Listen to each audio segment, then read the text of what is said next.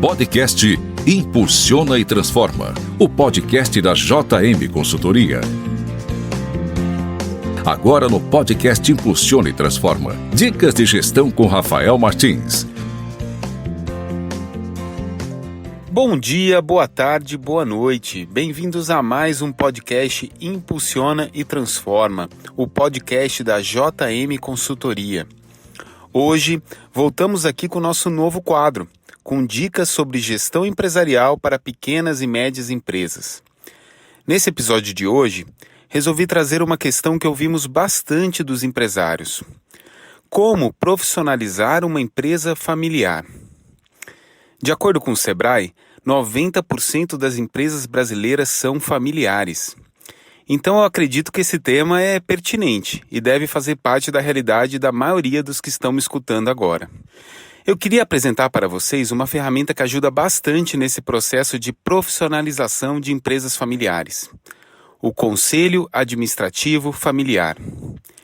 Ele é pautado em ações sustentadas dentro de 3 pilares: família, empresa e propriedade. Ok, mas na prática como que isso funciona? Eu vou passar por cada um deles. Primeiro, a família.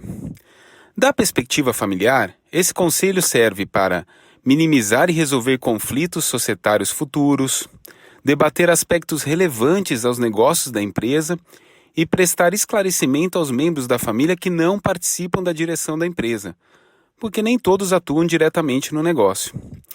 Ele tem como objetivo definir regras e atribuições, ou seja, uma vez dentro da empresa, o que os membros da família podem e não podem fazer.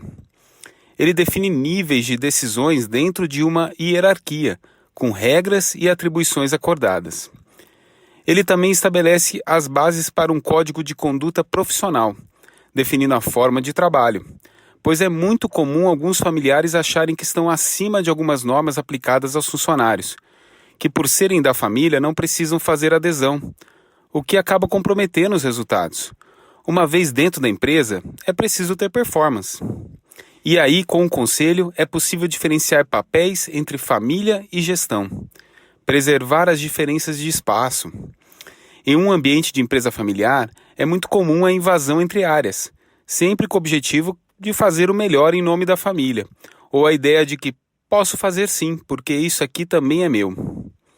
Daí a necessidade de tornar as diferenças de poder livres de dramas, estimular o desenvolvimento pessoal e fazer entender que é possível trabalhar, desenvolver o negócio e manter a harmonia familiar, desde que determinadas regras sejam cumpridas.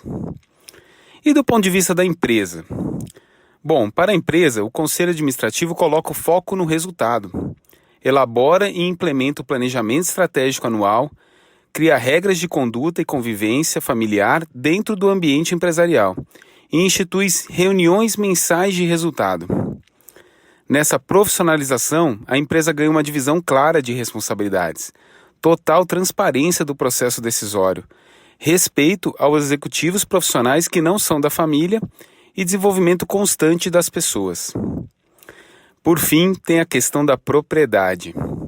O Conselho Administrativo analisa, sempre em reunião com a família, questões relacionadas ao patrimônio da família, analisando sua evolução quanto ao volume de investimentos, aquisições e endividamentos. E nessa pauta vão estar assuntos como composição societária, holding familiar, direitos de herança e a diferença entre empresa e patrimônio familiar. Mas não se engane, para o Conselho Administrativo ter sucesso, ele deve estar amplamente conectado com os propósitos da empresa, suas políticas e refletir nas práticas. Essas 3 bases, quando bem trabalhadas, sustentarão o crescimento da empresa com uma gestão profissionalizada, tendo objetivos, metas e planos de ações para cada uma de suas áreas: comercial, financeiro, processos e pessoas. Bom, pessoal, essas são as dicas que resolvemos trazer para vocês hoje. Ficou com dúvidas? Me chame para ajudar a entender como isso pode se aplicar ao seu negócio. Você ouviu mais um podcast Impulsiona e Transforma. Obrigado, até qualquer hora.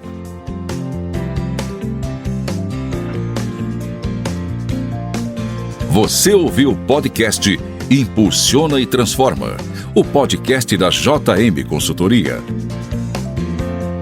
podcast produzido por Podhouse, a casa do podcast.